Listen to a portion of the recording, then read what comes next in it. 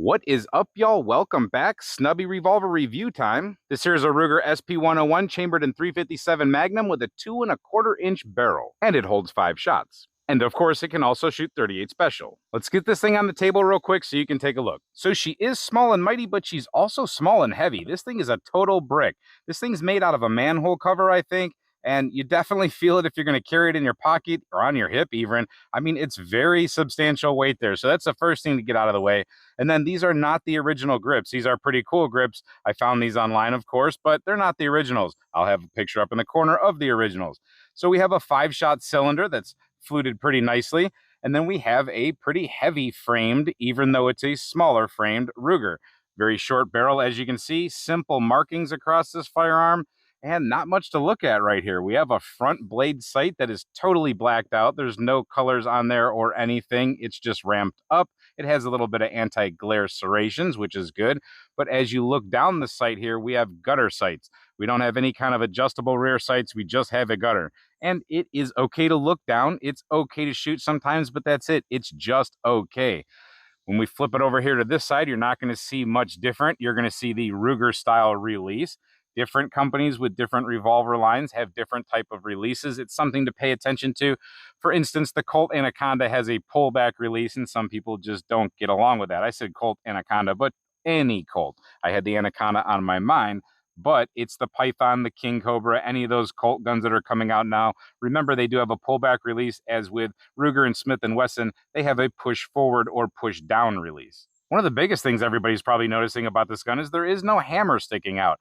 It's not a hammerless, and it's not a shrouded hammer, but it is what is called a spurless. I won't even call it a bobbed hammer because nobody cut it off, and there's not really much of it sticking out. You can't pull this hammer back and expect it to stay there and do any kind of single action. You're not able to manipulate the gun and do any weird tricks like get it halfway back and then go ahead and try to lock it back. It won't lock back. So it is a true spurless. And that makes it great for concealed carry, pocket carry even, as heavy as it is. But you can definitely keep this under a garment without fear of snagging that hammer on anything. And I did pick on the weight, but the weight is actually good for something like 357 Magnum, which is no joke.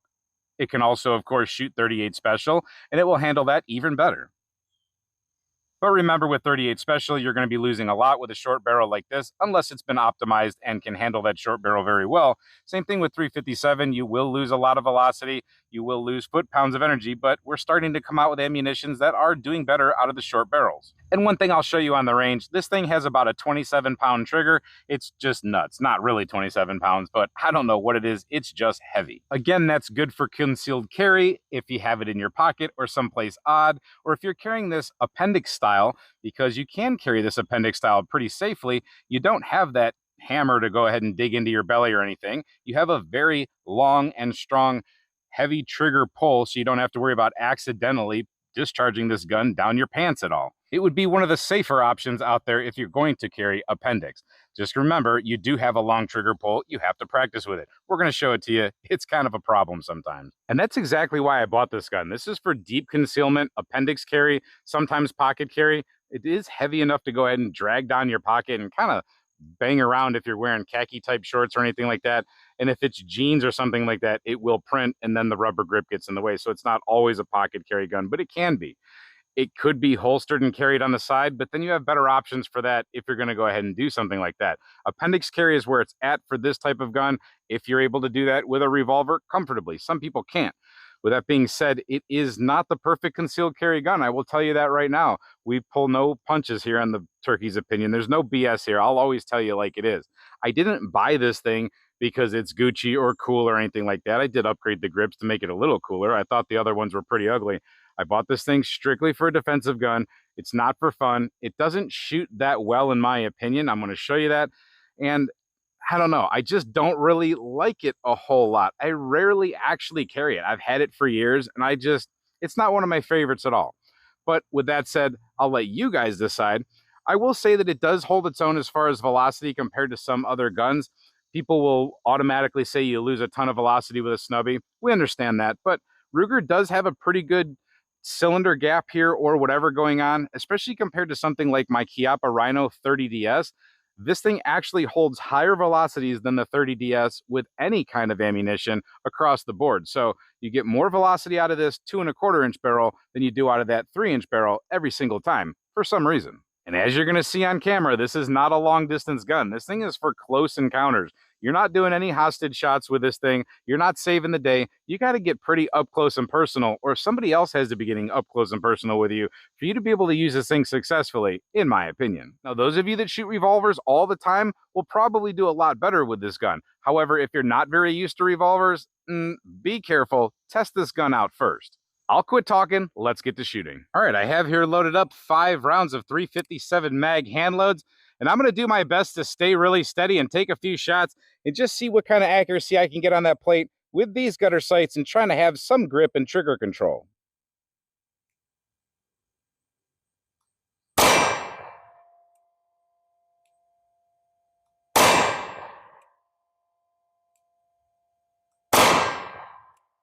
All right, let's take a look.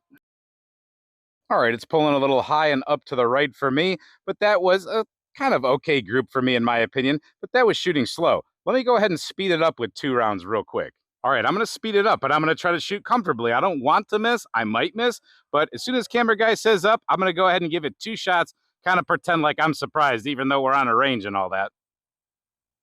Up. Let's take a look. All right, there you go, top right. So I exacerbated what I did here. I pulled it up there, and then I missed that second shot. So that second shot is up in the backstop. That's ridiculous shooting. We're only at 25 feet right now at the most, between 21 and 25 feet. So there you go. I can't even hit with the second shot, and I'm aiming down here. That's me with this gun. I'm not saying everybody will do that, but how, man, that trigger pull. Now, let me show you that trigger pull. All right, we're going to keep the empties in there, but I'm going to show you this excruciatingly long. So it starts to go back. You're going to be able to watch that spurless hammer go back. So that is, I shouldn't do that with a revolver, but there we go. That is a big, long, heavy trigger pull every time. And when you have to do a lot of pulling on a trigger when it's heavy like that, and especially when you try to do it under speed, that creates a whole lot of movement in that gun.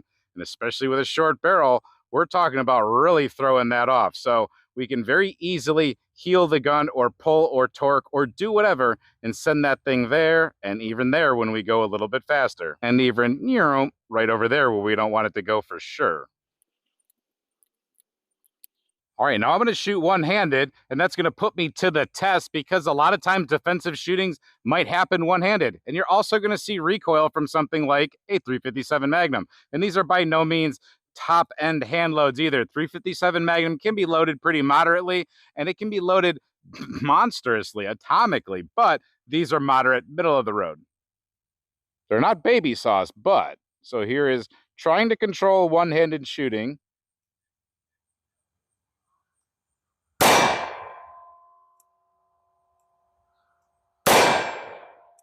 You switch hands up. Always harder to shoot with the offhand.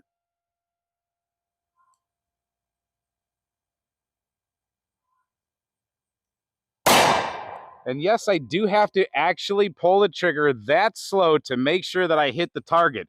It's just not a forgiving gun for shooting fast. But now let's see if we can change things up with 38 Special at all. These are the same 158 grain hand-loadable bullets. Hand-loadable, of course, because we hand-loaded them. But same things I hand-load with the 357 with, except for we're in a 38 case now with a lot less powder. So let's see what we get from this. That's much more manageable. Same impact area, so that could be me on those sights, but much more manageable. Now let's see if I can do any better with speed now that I have less recoil involved. I still have that heavy trigger, but let's see if I can manage with gutter sights and a heavy trigger, but less bang going on. See if my mind can process that better. Camera guy, whenever you're ready, give me an up. Up. And I still missed one of those. I believe I missed my second shot. Was that right, camera guy? Did I miss? Yeah. Yep, I missed. So even with 38 special, I'm missing. That trigger, those sights, I don't know. This is a very close-in gun. Let's go ahead and get a little bit closer in. And what I mean by a close-in gun is I believe that this is a get-off-of-me gun. I mean, I'm 10 feet off of this target. Actually, I believe that this is about the range. I'm not going to shoot this at this steel, but let me go ahead and put some 38 special into that target over there to the left real quick. There's only a couple holes in it. There's a center punch. There's a hole here and a hole here. I'm just doing this on the fly real quick. Let me go ahead and try to drop 5 shots in this circle right here. Remember, this one doesn't count. Let's mark that one up a little bit. All right, now this is what I'm talking about with close defensive encounters. I even took the steel down because of the chance I might hit it at 10 feet. Well, actually, probably that thing's about 6 feet away. But when camera guy says up, I'm going to try to lay 6 or 5 38 specials into that center ring, which would be pretty much a zone proper shot at this distance. Camera guy, whenever you are ready. Up. All right, let's take a look. All right, 1, 2, 3, 4, and 5. So that's acceptable. Not perfect, of course, but very much more acceptable for defense. Let's try that with 357 real quick. All right, same distance. We have 5 357s loaded up. Camera guy, whenever you're ready, give me an up. Up. Whoa. So yeah, my brain had to adjust to that real quick. Let's take a look. So altogether we have 1, 2, 3, 4, 5, 6, 7, 8, 9, and 10. So all 10 of those shots we took are in there. 2 of those 357s left the area. One of them got in there pretty good, but 2 of them left the area barely. It would still do the trick, of course. But yeah, totally different story. When you light off that first shot, your brain has to kind of reset and go, ho, ho, get back on target again. And of course, you could have the really get off me shot. And with that one, I don't think anybody could miss. So overall, the No BS Turkey's opinion, it's just not for everybody. It might serve a good purpose for certain people who are what I'm going to call revolver experts. This gun is for experts who truly understand revolvers, double action triggers, and understand how to shoot under stress, have to shoot with these type of sights, and understand the power of 357 Magnum and what it does, translating as far as recoil and things out of these short guns. Me personally, I feel much more confident carrying my 44 Magnum Smith & Wesson Model 69 Combat Magnum than I do this. I can carry this confidently knowing that I can land shots with it all the time, whether it be 44 Special or 44 Magnum. I have good sights. I have good trigger control. I just like the gun. I get a good grip on it. Everything works out fine. This one is just complete havoc in my hands. I cannot use this thing properly. Therefore, I probably will be getting rid of it. Like I said, it's not for everybody, and I'm one of those everybody. I hope you enjoy this no BS opinion. I'm not trying to smash on this gun at all. Ruger makes very fine firearms, usually, and this is a very fine firearm. I just don't like it. I don't get along with it, and I want you to know about this in case you're in the market for this. It's not cheap. So being that it's not cheap, you really need to know. Do your research on this gun. If you can borrow one from somebody, whether it's the Spurless version or not, definitely test it out. It's just different. Thank you for watching this video. Hope to see you at the next one. And until then, stay safe, have fun, and keep on shooting. 357 Magnum is a good one.